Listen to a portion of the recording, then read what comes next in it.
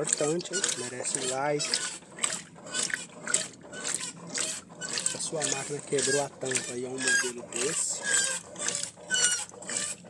o sensor fica aqui dentro.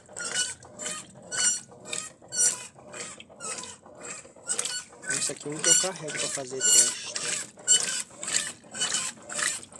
Ela tá com ruído estranho.